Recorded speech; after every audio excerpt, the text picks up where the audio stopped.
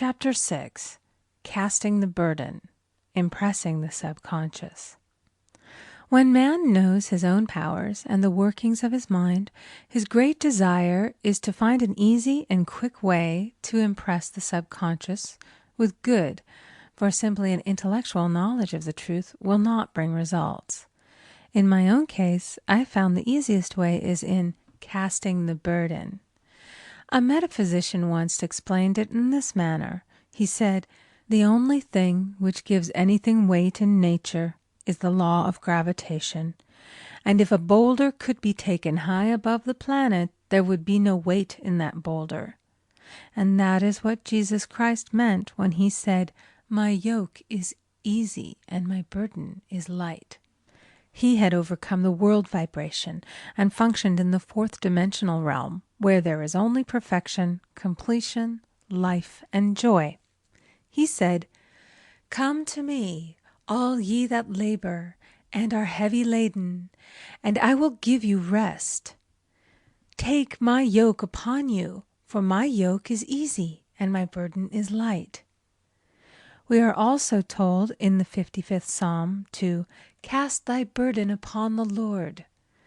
Many passages in the Bible state that the battle is God's, not man's, and that man is always to stand still and see the salvation of the Lord. This indicates that the superconscious mind, or Christ within, is the department which fights man's battle and relieves him of his burdens.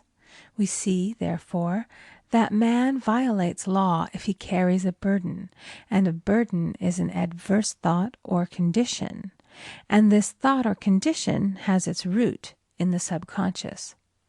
It seems almost impossible to make any headway directing the subconscious from the conscious or reasoning mind, as the reasoning mind, the intellect, is limited in its conceptions and filled with doubts and fears.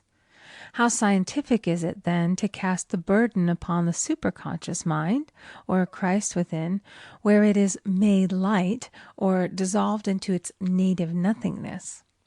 For example, a woman in urgent need of money may light upon the Christ within, the superconscious, with the statement, "I cast this burden of lack on the Christ within, and I go free to have plenty."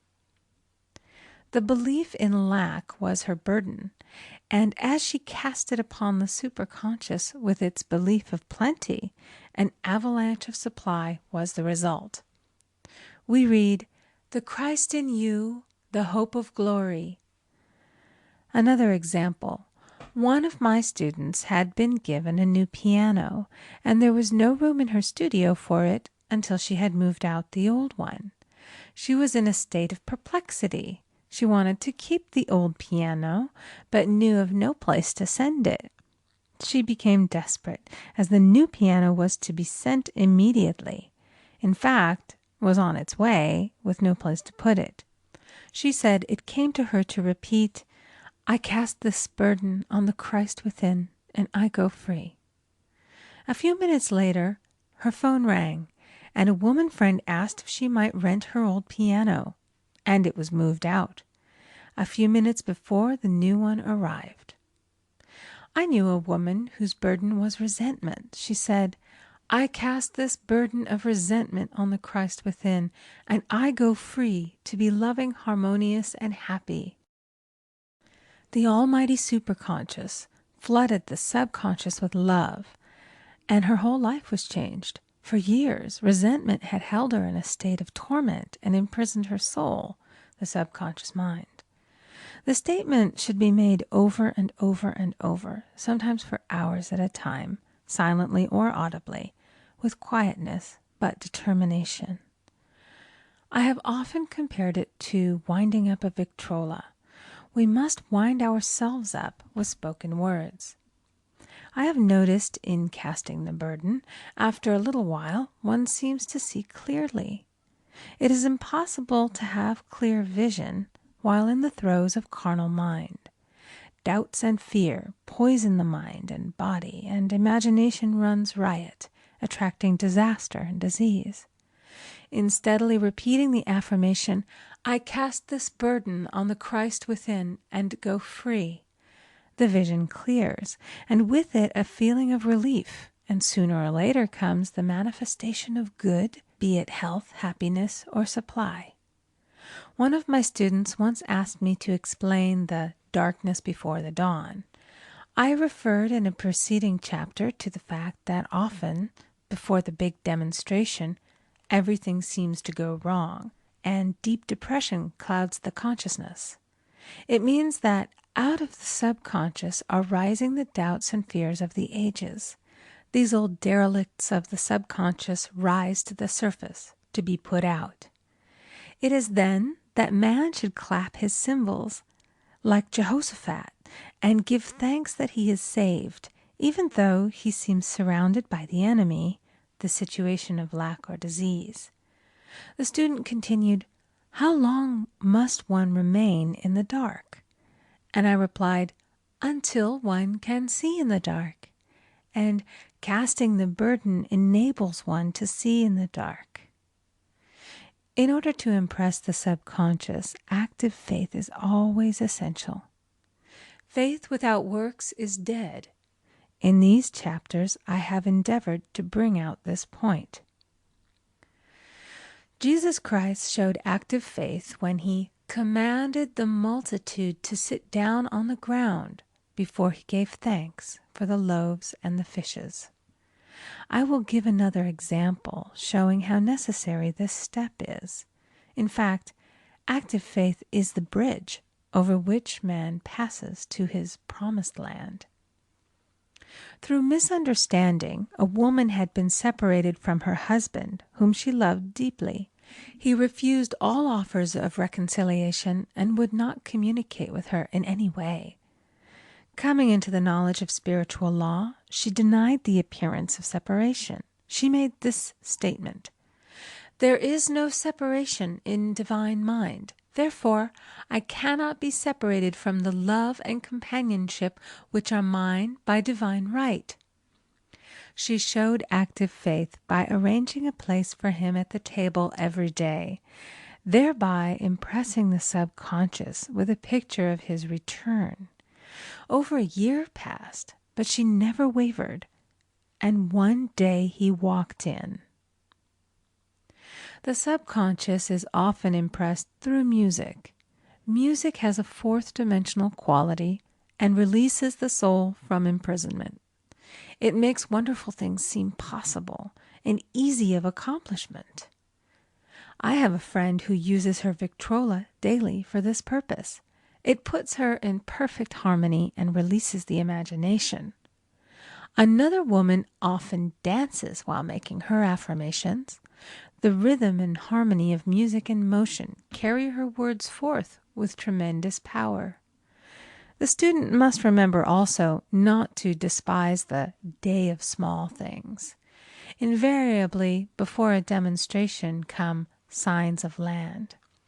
Before Columbus reached America, he saw birds and twigs, which showed him land was near. So it is with a demonstration, but often the student mistakes it for the demonstration itself and is disappointed. For example, a woman had spoken the word for a set of dishes. Not long afterwards, a friend gave her a dish which was old and cracked. She came to me and said, "Well, I asked for a set of dishes, and all I got was a cracked plate."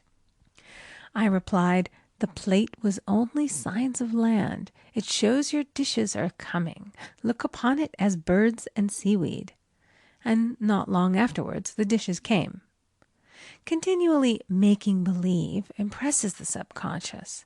If one makes believe he is rich and makes believe he is successful, in due time he will reap. Children are always making believe, and "except ye be converted and become as little children, ye shall not enter the kingdom of heaven." For example, I know of a woman who was very poor, but no one could make her feel poor. She earned a small amount of money from rich friends who constantly reminded her of her poverty and to be careful and saving. Regardless of their admonitions, she would spend all her earnings on a hat, or make someone a gift, and be in a rapturous state of mind. Her thoughts were always centered on beautiful clothes and rings and things, but without envying others. She lived in the world of the wondrous, and only riches seemed real to her. Before long, she married a rich man, and the rings and things became visible. I do not know whether the man was the divine selection, but opulence had to manifest in her life, as she had imaged only opulence. There is no peace or happiness for man until he has erased all fear from the subconscious. Fear is misdirected energy and must be redirected or transmuted into faith.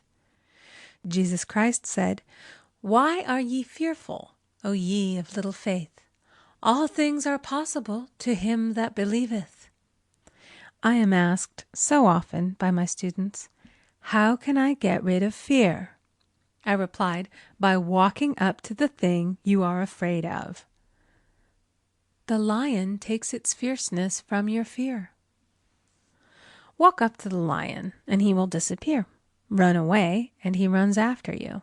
I have shown in previous chapters how the lion of lack disappeared when the individual spent money fearlessly, showing faith that God was his supply and therefore unfailing.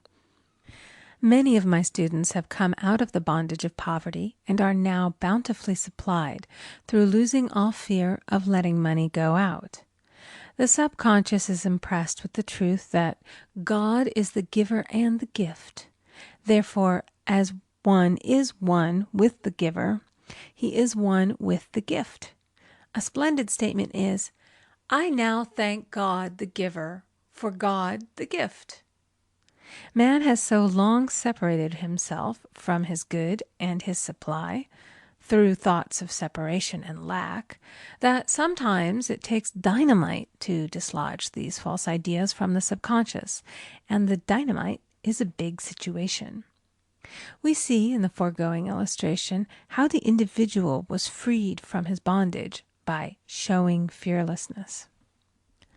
Man should watch himself hourly to detect if his motive for action is fear or faith. "Choose ye this day whom we shall serve," fear or faith. Perhaps one's fear is of personality. Then do not avoid the people feared. Be willing to meet them cheerfully, and they will either prove golden links in the chain of one's good, or disappear harmoniously from one's pathway.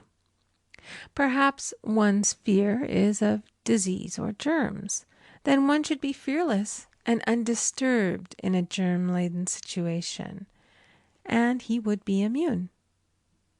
One can only contract germs while vibrating at the same rate as the germ, and fear drags men down to the level of the germ. Of course, the disease-laden germ is the product of carnal mind, as all thought must objectify. Germs do not exist in the superconscious or divine mind, therefore are the products of man's vain imagination. In the twinkling of an eye, man's release will come when he realizes there is no power in evil. The material world will fade away, and the fourth dimensional world, the world of the wondrous, will swing into manifestation. "And I saw a new heaven and a new earth, and there shall be no more death, neither sorrow nor crying, neither shall there be any more pain, for the former things are passed away."